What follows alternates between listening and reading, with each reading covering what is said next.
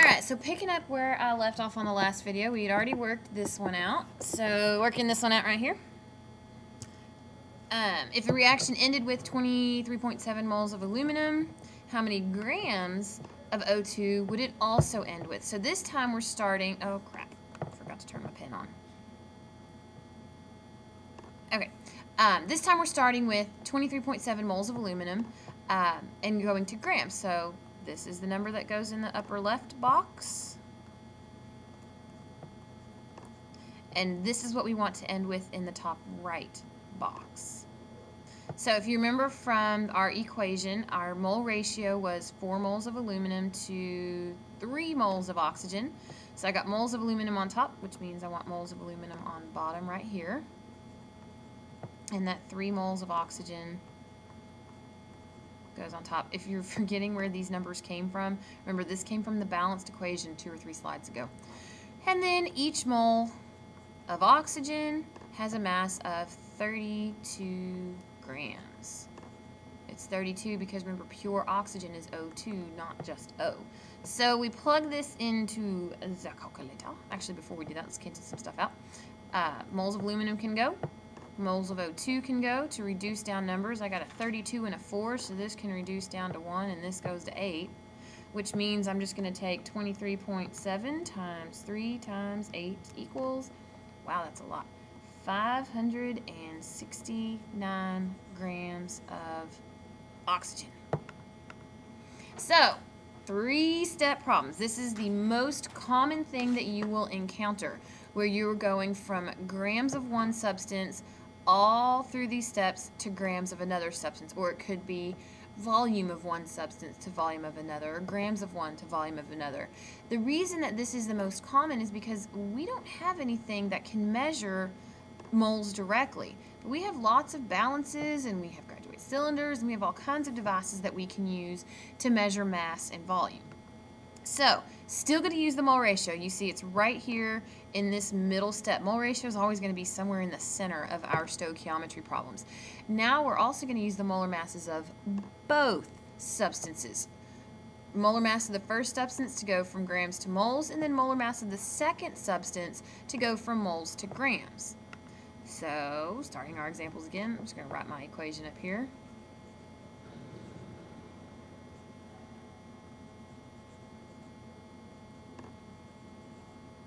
Okay, if we begin the reaction with 14.45 grams of aluminum oxide, how many grams of aluminum would you get out of it? So, start with the number that you were given. So this is going to go in our top left box. This is what's going to go in our top right box. So 14.45 grams Al2O3. Remember, we figured it out a couple slides ago. The molar mass of aluminum oxide was 102 grams Al2O3 to every 1 mole Al2O3. Next, since we're in moles, now we get to do our mole ratio. That's our second step. So for every 2 moles of Al2O3, we're trying to go to grams of aluminum, so we want to use the molar ratio of aluminum. So we get 4 moles of aluminum. And then to get to grams, we have to use the molar mass. So each mole of aluminum has a mass of, we'll just say 27.0 grams Al. So we get all this going, and we can cross some stuff out. We got grams of aluminum oxide, moles of aluminum oxide, moles of aluminum. Let's see, we can reduce this out to 2 and 1. And yeah, we could reduce the 2 and the 102, but that's a little more math than I feel like doing in my head. So, from here I'm going to multiply across 14.45 times 2 times 27. And I get 780.3. I swear that's an 8. Then I'm going to divide by what's on the bottom. Well, I ended up only having the 102 on the bottom. So I plug that in, divided by 102. And I get 7.65, and my units are grams of aluminum. Third example, if the reaction ended with 21.9 grams of O2, how many grams of Al2O3 did the reaction begin with? So this time I'm starting with oxygen. Whenever you're in grams of something, you got to get it to moles, so we're going to use the molar mass, and the molar mass of oxygen is 32. And that's for every 1 mole. And then our mole ratio of this, it was 3 moles of O2 to every 2 moles of Al2O3, so that goes in right here. 3 moles of O2 to 2 moles Al2O3. Remember, these numbers right here came from the correct balanced equation. Now, finally, since we want to end up in grams of Al2O3, we're going to take each mole Al2O3 and say that it has a mass of 102 grams. So now I get to simplify. Grams of O2 are gone, moles of O2 are gone, moles of Al2O3 are gone, and I'm left with grams of Al2O3. Looking to see if there's anything easy to simplify, and there is 2 and 32 I can simplify pretty easily. So the 32 becomes a 16. And now I can multiply across the top, 21.6 times 102, and I get 2,203. I'm going to multiply across the bottom. 16 times 3 is 48. So take this number, divide by 48, and I get 45.9 grams of Al2O3.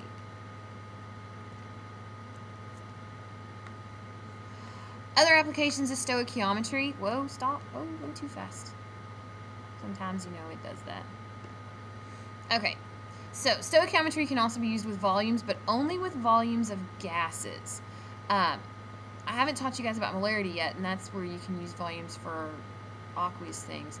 But you can use stoichiometry for volumes of gases. 1 mole of gas at 0 degrees Celsius and 1 atmosphere pressure. 1 atmosphere pressure is about what we experience here in Texas. This is the standard atmospheric pressure at sea level. The higher up in altitude you go, the lower this pressure tends to be. Not tends to, it is. And of course, if you start to go underwater, this pressure will go up quite quickly. But 0 degrees Celsius and 1 atmosphere of pressure is a very special set of conditions called STP, standard temperature and pressure. So 1 mole of gas at STP automatically occupies a volume of 22.4 liters. This is a very important number.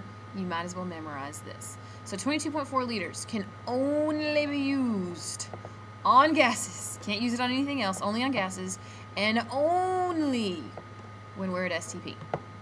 Later, like in chapter, I think it's 12, 11, somewhere in there, you'll learn what to do with gases when they are not at STP, because, I mean, how often is our lab 0 degrees Celsius? Sometimes it might feel that way, but for the most part, you know, our lab is at a very toasty 22 degrees Celsius. So later you'll learn what to do when you're not at STP, but for right now, if you are dealing with gases at STP, you can use this conversion factor right here. 1 mole of gas is equal to 22.4 liters of that gas. And of course we have an example. If I decompose 40 grams of Al2O3, what volume of oxygen can I expect to obtain at STP? So my little phrase at STP means that I get to use 22.4. So I'm going to start with my 40 grams because that's what I was given. 40 grams of Al2O3. This is what I'm starting with in my top left box. This is what I'm going to end with in my top right box. Already figured out molar mass of aluminum oxide is 102 grams Al2O3 to every mole. Al2O3. And remember, we figured that we had a 2 mole to 3 mole ratio. So for every 2 moles Al2O3, I'm going to get 3 moles of oxygen. And then because we're at STP, each mole of oxygen has a volume of 22.4 liters of oxygen. Now I get to simplify. I love crossing this stuff out. And they get really good long stoichiometries. and cross out a whole bunch of stuff. We're left with liters of oxygen. Let's see, reduce if I can. I can reduce my 40 and my 2. So that becomes a 20. This becomes a 1. Now I can multiply across my top. I get, well, not 40, 20 times 3 times 22.4, and that equals 1344. And I'm going to divide it by what's on the bottom, which the only thing left on the bottom is 102. So that is going to be equal to 13.2 liters of oxygen gas. If you have any questions, feel free to come into tutoring and ask whatever you want, and I will see y'all tomorrow.